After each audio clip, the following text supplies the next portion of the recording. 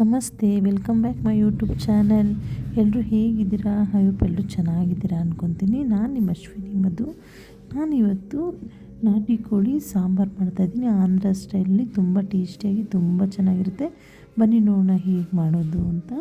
ನೋಡಿ, ನಾನಿಲ್ಲಿ ಒಂದು ಮಿಕ್ಸಿ ಜಾರ್ ತೊಗೊಂಡು ಒಂದು ಮೀಡಿಯಮ್ ಸೈಜು ಈರುಳ್ಳಿ ಮತ್ತು ಒಂದು ಗಡ್ಡೆ ಬೆಳ್ಳುಳ್ಳಿ ಬಿಡಿಸಿ ಹಾಕ್ಕೊಂಡಿದ್ದೀನಿ. ಮತ್ತು ಶುಂಠಿ ಒಂದು 3 ಇಂಚ್ ಆಗೋಷ್ಟು ಹಾಕ್ಕೊಂಡಿದ್ದೀನಿ. ಮತ್ತು ಕಾಯಿ ತುರಿ, ಹಸಿ ಕಾಯಿ ತುರಿ ಒಂದು 3 ಟೇಬಲ್ ಸ್ಪೂನ್ ಆಗೋಷ್ಟಿದೆ. ಮತ್ತು ಪುದೀನ ಮತ್ತು ಸ್ವಲ್ಪ ಕೊತ್ತಂಬರಿ. ಈಗ ಇದಕ್ಕೆ ಸ್ವಲ್ಪ ಚಕ್ಕೆ, ಲವಂಗ, ಒಂದು 4ರಿಂದ 5 ಲವಂಗ ಮತ್ತು ಒಂದು 1/2 ಟೇಬಲ್ ಸ್ಪೂನ್ ಆಗೋಷ್ಟು ಗಸಗಸೆ ಮತ್ತು ಹುರಿಗಡಲೆ ಒಂದು ಟೇಬಲ್ ಸ್ಪೂನ್ ಆಗೋಷ್ಟು ಹಾಕ್ಕೊಂಡಿದ್ದೀನಿ. ಇದಿಷ್ಟನ್ನು ನೀರು ಹಾಕ್ಕೊಂಡು ನೀಟಾಗಿ ಗ್ರೈಂಡ್ ಮಾಡ್ಕೊಂಬರ್ತೀನಿ. ಈಗ ನೋಡಿ, ಈ ಥರ ಗ್ರೈಂಡ್ ಮಾಡಿಕೊಂಡ್ರೆ ಸಾಕು. ಈಗ ಇದು ನಾನು ನಾಟಿ ಕೋಳಿ ತೊಗೊಂಡಿದ್ದೀನಿ. ಇದು 1 kg ಆಗೋಷ್ಟಿದೆ. ಈಗ ನಾನು ಗ್ಯಾಸ್ ಮೇಲೆ ಒಂದು ಕುಕ್ಕರ್ ಇಟ್ಕೊಂಡು ಅದಕ್ಕೆ ಒಂದು 2ರಿಂದ 3 ಟೇಬಲ್ ಸ್ಪೂನ್ ಆಗೋಷ್ಟು ಎಣ್ಣೆ ಹಾಕ್ಕೊಂಡು ಅದಕ್ಕೆ ಈಗ ಮೀಡಿಯಮ್ ಸೈಜ್ದು ಒಂದು ಈರುಳ್ಳಿ ಹಾಕ್ಕೊತಾ ಇದ್ದೀನಿ. ಮತ್ತು ಇದಕ್ಕೆ ಪುದೀನ ಹಾಕ್ಕೊತಾ ಇದ್ದೀನಿ. ಹಾಕ್ಕೊಂಡು ಇದನ್ನೆಲ್ಲ ನೀಟಾಗಿ ಮಿಕ್ಸ್ ಮಾಡ್ಕೊತಾ ಇದ್ದೀನಿ. ಟೊಮೊಟೊ ಆಪ್ಷನಬಲ್, ಬೇಕಾದರೆ ಹಾಕ್ಕೊಬೋದು, ಇಲ್ಲಾಂದರೆ ಬೇಡ, ನಿಮ್ಮ ಇಷ್ಟ.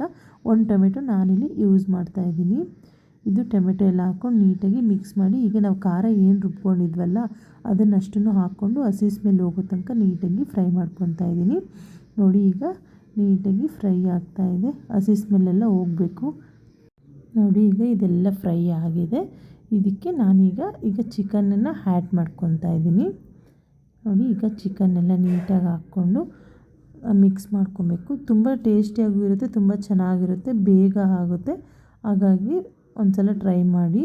ನೋಡಿ, ಈಗ ಇದನ್ನೆಲ್ಲ ನೀಟಾಗಿ ಮಿಕ್ಸ್ ಮಾಡ್ಕೊಬೇಕು.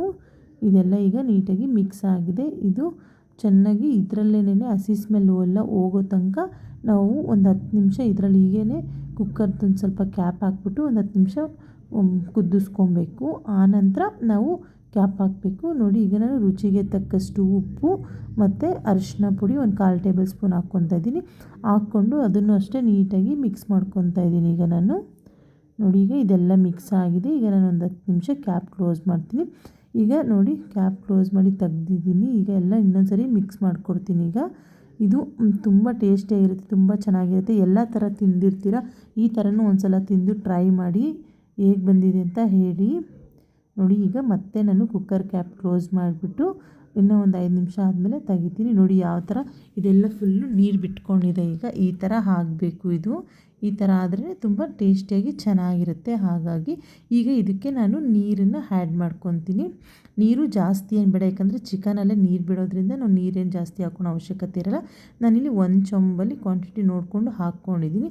ನೋಡಿ, ಇಷ್ಟ ಆದರೆ ಸಾಕು, ಸಾಂಬಾರೆಲ್ಲ ಗಟ್ಟಿ ಬರುತ್ತೆ. ಈಗ ನಾನು ಇದಕ್ಕೆ ಒಂದು 2 ಟೇಬಲ್ ಸ್ಪೂನ್ ಆಗೋಷ್ಟು ಚಿಲ್ಲಿ ಪೌಡರು ಮತ್ತು 2 ಟೇಬಲ್ ಸ್ಪೂನ್ ಆಗೋಷ್ಟು ಧನಿಯಾ ಪೌಡರ್ ಹಾಕ್ಕೊತಾ ಇದ್ದೀನಿ. ಹಾಕ್ಕೊಂಡು ಇದನ್ನು ನೀಟಾಗಿ ಎಲ್ಲನೂ ಒಂದೇ ಹದಕ್ಕೆ ಮಿಕ್ಸ್ ಮಾಡ್ಕೊಬೇಕು. ಮಿಕ್ಸ್ ಮಾಡ್ಕೊಂಡಾದ ನಂತರ ಈಗ ಕುದಿ ಬರ್ತಿದೆಯಲ್ಲ, ಈಗ ಒಂದು ಕುದಿ ಬಂದಾದ ನಂತರ ನಾವು ಇದಕ್ಕೆ ಕ್ಯಾಪ್ ಕ್ಲೋಸ್ ಮಾಡಿ ಒಂದು 2 ವಿಸಿಲ್ ಹಾಕಿಸ್ಕೊಂಡ್ರೆ ಸಾಕು.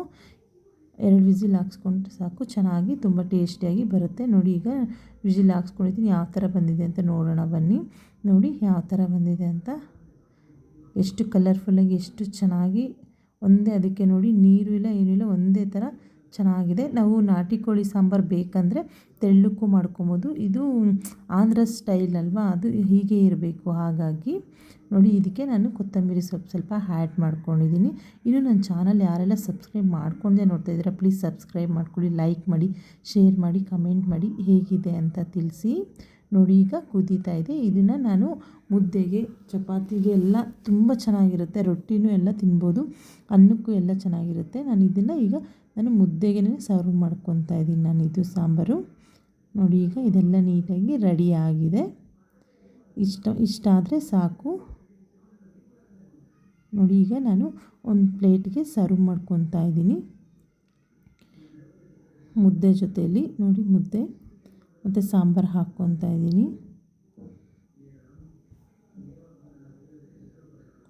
ನೋಡಿ ಯಾವ ಥರ ಬಂದಿದೆ ಅಂತ, ತುಂಬ ಟೇಸ್ಟಿಯಾಗಿ ತುಂಬ ಚೆನ್ನಾಗಿರುತ್ತೆ. ಒಂದು ಸಲ ಟ್ರೈ ಮಾಡಿ.